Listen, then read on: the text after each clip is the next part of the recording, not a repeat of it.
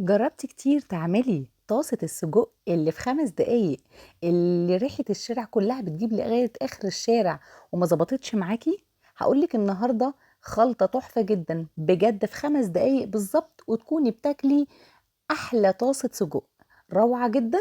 بس لايك للفيديو، اشتراك للقناة لو عجبِك، ومعاكم ابتسام الجبالي. يالّا بينا نبدأ على طول. أول حاجة نزلت بمعلقة صغيرة، يعني معلقة كده كبيرة من الزيت، مش بننزّل زيت كتير، ونزلت كمان معلقة صغيرة من التوم المفروم، يعني بما يعادل فصين من التوم أو 3 فصوص من التوم، ونزلت برشة كزبرة، نُص معلقة صغيرة من الكزبرة، ويا سلام شوّحتهم كده شوية، وبعد كده طشيتها بإيه 3 معالق كبار من الخل، وشمي أحلى ريحة. نزلت معايا بقرن فلفل حامي كده، ويا سلام مش عايزة أقول لِك عظمة. وبعد كده مقطعه السجق معايا سجق بلدي، طبعا يفضل سجق بلدي يا بنات. وبصوا بقى مش عايزه اقول لكم، في الخطوه دي اوعي تحطي معلقه عشان ما تهريش السجق ويتقلب معاكي لحمه مفرومه. انا سبته خالص من غير تقليب وبقلب بالطاسه زي ما انتم شايفين لحد ما تشمع، وبعد كده نزلت ببصلايه مقطعاها جوليان او جوانح بالمنظر ده، هي بصلايه واحده يا بنات. عايزه اقول لك ميكس التوم مع الكزبره مع الخل مع قرن الفلفل اللي في الاول اداك الريحه والطعم التمام.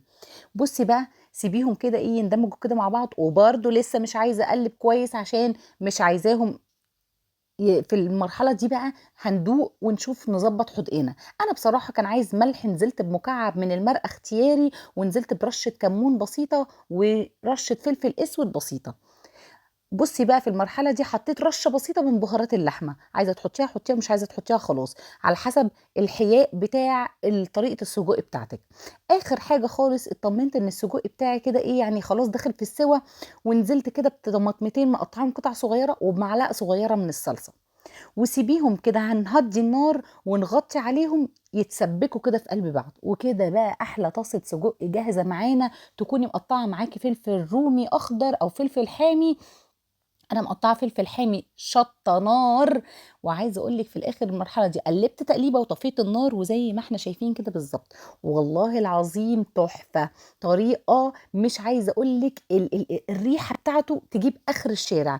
أنا سهّلت عليكم الوصفة الفيديو سريع، سريع، جرّبيها وهتدعي لي، ويا ريت لايك